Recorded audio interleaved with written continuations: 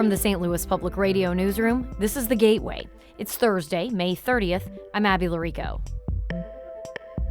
This has been a tornado-filled spring in St. Louis and Missouri.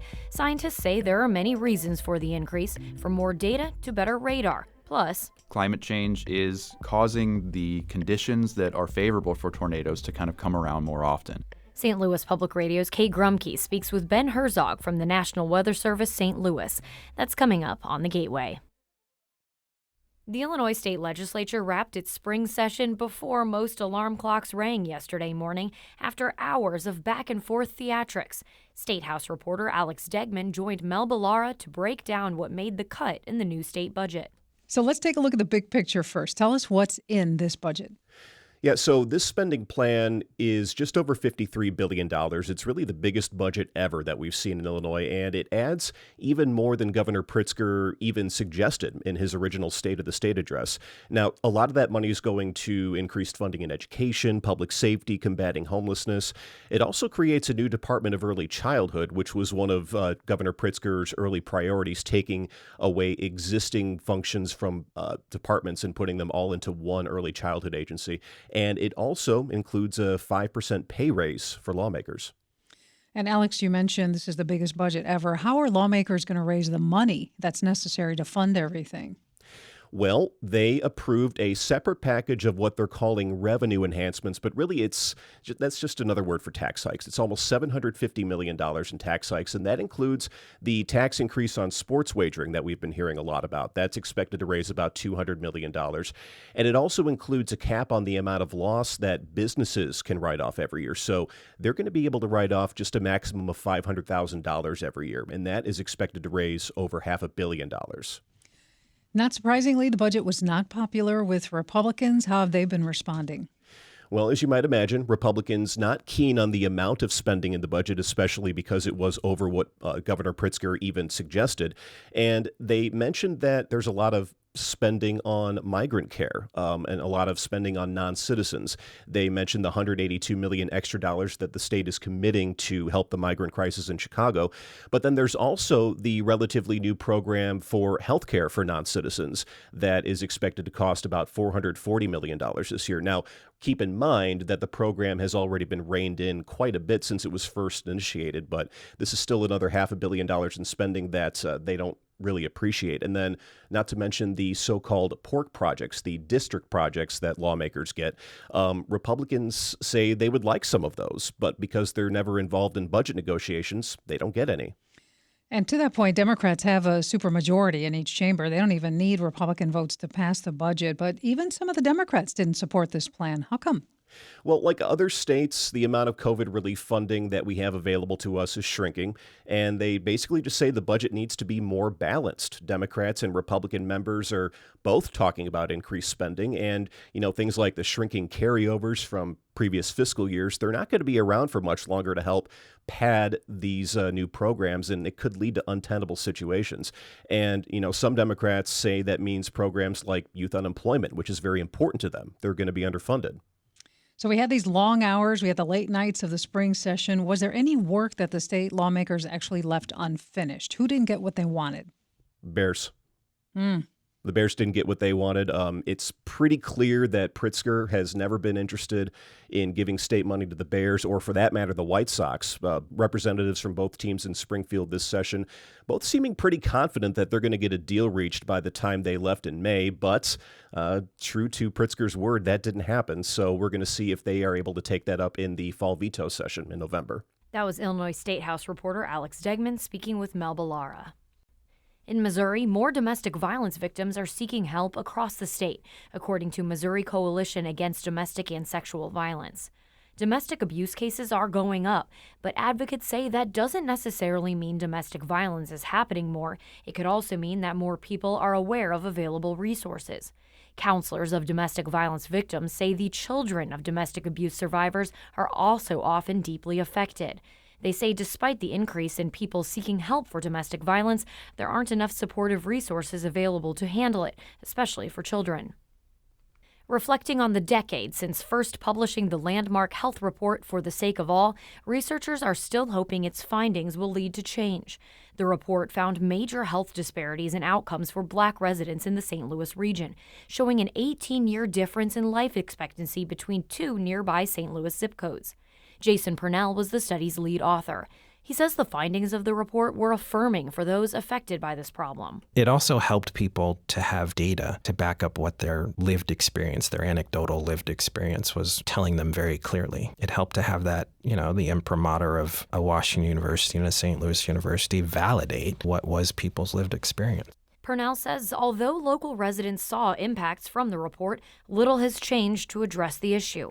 He was a guest on St. Louis on the Air.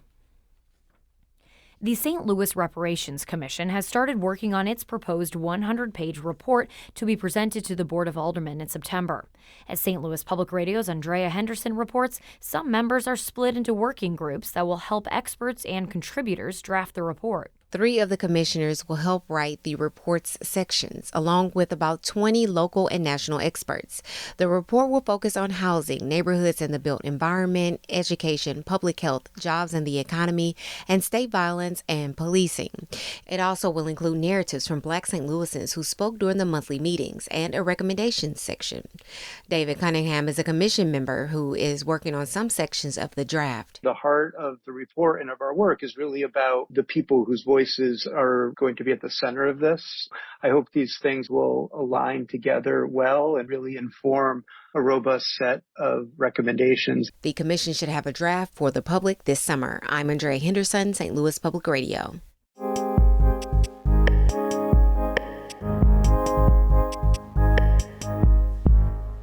So far, 2024 is one of Missouri's most active tornado seasons on record. The St. Louis region has been especially stormy, which means meteorologists at the local National Weather Service are busy.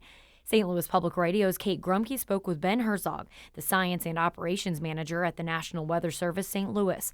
They talked about what goes into tornado warnings and how they're changing. The tool we use primarily to look for tornadoes is our radar, and one big limitation to that is it can't see what's happening on the ground. It sends these very brief pulses of energy into the atmosphere, and they can range from, if you're really close to the radar, a couple hundred feet off the ground, to the further you get away, they could be thousands of feet off the ground, and there's a lot that happens in the low levels of the storm there. So we rely on going out and surveying what actually happened on the ground.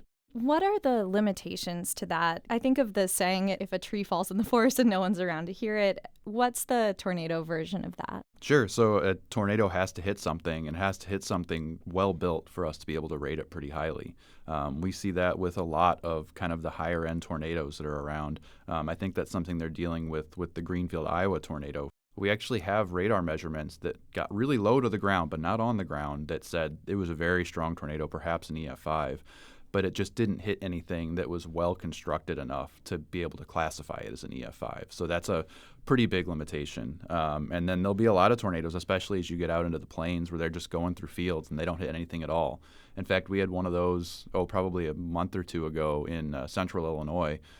It was a day we had 9 tornadoes. I suspect that was the strongest tornado that we saw, but it didn't hit a thing. We drove around all those fields and tried to find it and couldn't find anything. So we had to actually rate that tornado EFU, which stands for unknown, enhanced Vegeta scale unknown. It seems like we've been having a lot of storms lately with multiple tornadoes in them. And growing up here as a kid, I don't really remember that type of storm.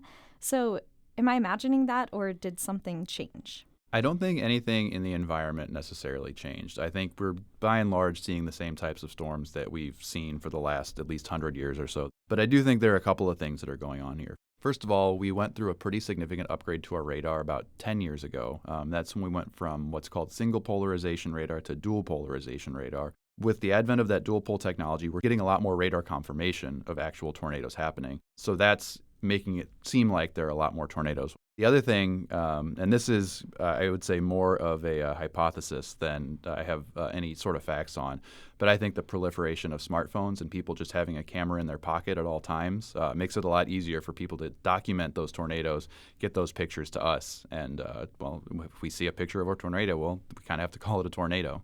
while some of the records may look like the number of tornadoes are increasing, especially if you go back to like the early maybe 1900s or so, in actuality, it's just that we're getting a lot more reports of those tornadoes. And so with that in mind, what do we know about climate change and tornadoes? It's really difficult to associate climate change with especially individual tornadoes.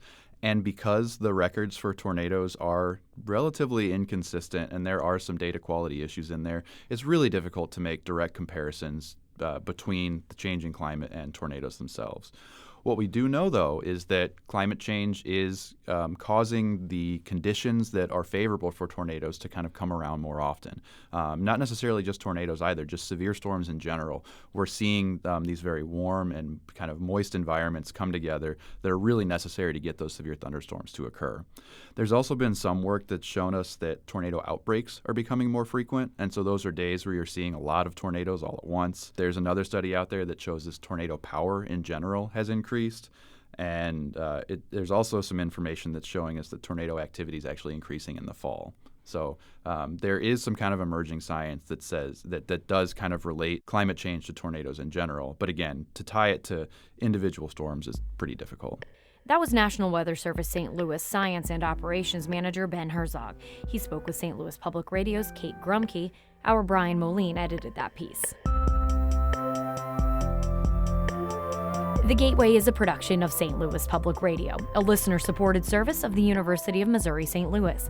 Music by Ryan McNeely of Adult Fur. I'm Abby Larico, and from the St. Louis Public Radio newsroom, this has been The Gateway.